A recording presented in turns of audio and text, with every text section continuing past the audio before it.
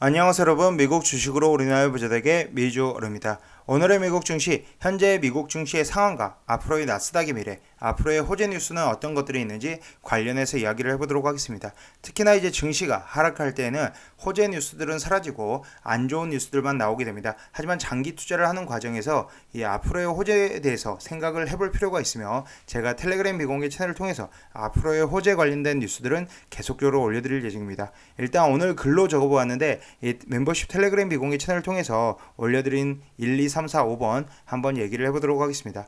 첫 번째로는 인플레이션 피크아웃인데 6월 10일 5월 CPI 확인, 그리고 6월 말 6월 30일 코어 PCE 확인은 필요하나 현재 피크아웃은 이미 진행 중이며 인플레이션은 계속적으로 하락하고 있다. 특히나 이제 하반기에 들어서 본격적인 인플레이션 하락이 시작될 것으로 생각이 되고, 일단 이제 5월, 4월, 5월, 6월 좀 지지부진은 하겠지만 그래도 하반기에는 인플레이션 하락률이 급속화된다라고 생각을 하고 있습니다. 두 번째로는 이제 경기 침체 우려 종식, 증시가 계속적으로 하락했던 주 요인이 인플레이션과 경기 침체 우려입니다. 하지만 미국 경제가 경기 침체에 들어가지 않는다면 당연히 과도한 선반영으로 증시는 급등할 수밖에 없으며, 현재 모건 스탠리도 경기 침체 확률을 33% 정도밖에 보지 않고 있는 상황.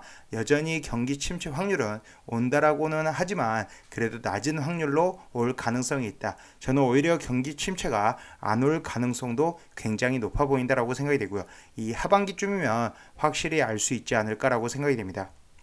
그 다음 이제 세 번째로 이제 보시면 기업들의 실적인데, 현재 대부분의 기업들이 2분기 가이던스를 하향하고 있습니다. 오히려 지금 가이던스를 미리 하향하면서 2분기 실적 발표 시 충격을 덜어낼 수 있고, 실제로 가이던스 하향은 실제 실적 발표 시 어닝 서프라이즈로 이어질 수 있습니다. 특히 2분기보다 3분기, 4분기 기업들의 실적이나 미국 GDP는 더 좋을 전망, 올해는 GDP가 플러스 2%대 지금 예상을 하고 있기 때문에 2% 상승을 예상을 하고 있기 때문에 오히려 더 좋을 전망이다라고 보시면 되고요. 현재 1분기 GDP 같은 경우도 마이너스 수치가 발표가 되었지만 그래도 세부 수치들은 좋았다는 데서 하반기가 오히려 기대가 된다라고 보시면 됩니다.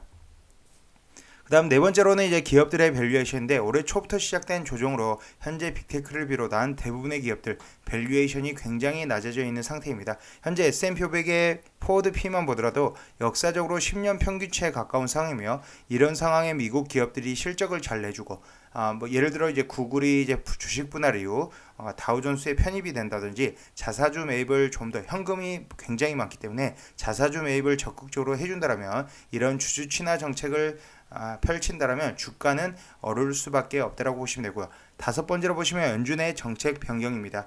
당장 올해 안에 기대하기는 어려우나 빠르면 23년 말, 늦으면 24년에 연준이 금리를 내리기 시작할 것으로 보고 있으며 0.5%씩 비스텝을 진행을 하고 있기 때문에 짧은 시간 안에 중립금리에 도달한다면 오히려 연준이 금리를 내릴 수 있는 폭이 커질 수 있다고 보시면 되고요.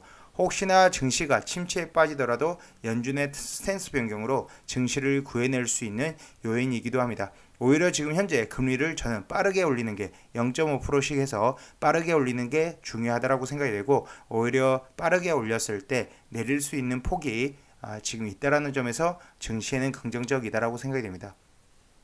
추가적으로 이제 여섯 번째, 제가 이제 텔레그램 비공개 채널에 올려드리지 않았지만 지금 여섯 번째 러시아 우크라이나 전쟁 진행 중입니다. 이 전쟁 진행 상황 속에서 현재 증시는 하락이 나왔고 어느 정도 바닥을 확인한 이후에 지난주부터 해서 반등하는 흐름이 나왔습니다. 하지만 이런 반등하는 흐름, 전쟁이 해소돼서 반등했던 것이 아니라 오히려 경기 침체 우려감이 낮아지고 인플레이션 피크아웃 기대감이 커져가면서 반등하는 흐름이 나왔고요.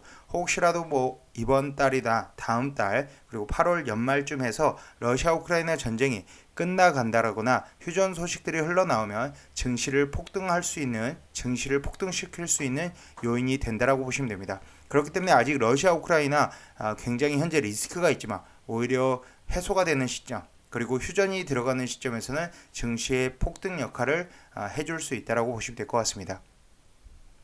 그러면 현재 이제 어제 전일 발표된 5월 ADP 민간 고용은 12만 8천 명에 그치며 2020년 12월 이후 가장 적은 일자리 추가, 시장 예상이 30만 명이었던 점을 감안하면 예상 밖 결과에 시장은 다소 놀랐지만 오히려 증시는 상승하는 모습을 보여주었고, 그동안 일자리 증가를 주도했던 레저 및 적객 부분에서 일자리 증가가 크게 감소한 영향으로 풀이가 된다고 보시면 되고요.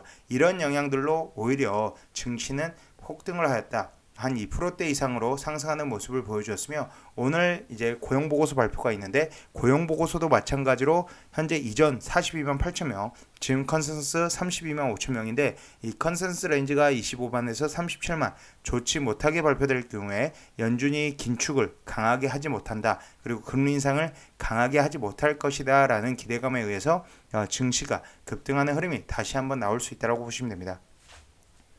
앞서서 설명드렸듯이 일단은 6월 10일 굉장히 중요하고 FOMC도 물론 6월 14, 15 중요하지만 6월 10일 미국의 CPI 지수 발표가 중요해 보인다라고 지금 보시면 되고, 특히나 이제 6월 30일에 5월 PCE 물가 지수도 발표가 되기 때문에 일단은 6월 10일까지는 좀 더 지켜보고 대응을 해도 되지 않을까라고 생각이 되고, 일단 5월 소비자 물가 지수 확인이 필요하다라고 보시면 될 것 같습니다.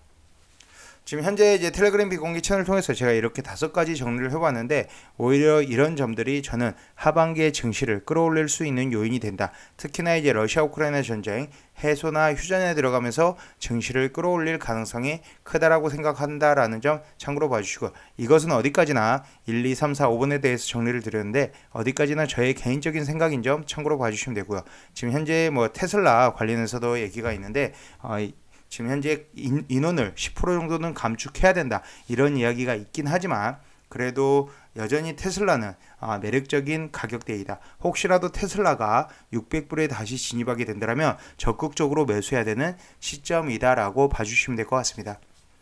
지금까지 비주얼 영상 시청해주셔서 감사드리고요. 앞으로도 비주얼 영상 많은 시청 부탁드리겠으며, 제 영상이 마음에 드셨으면 많은 좋아요와 구독과 알람 설정 부탁드리겠습니다.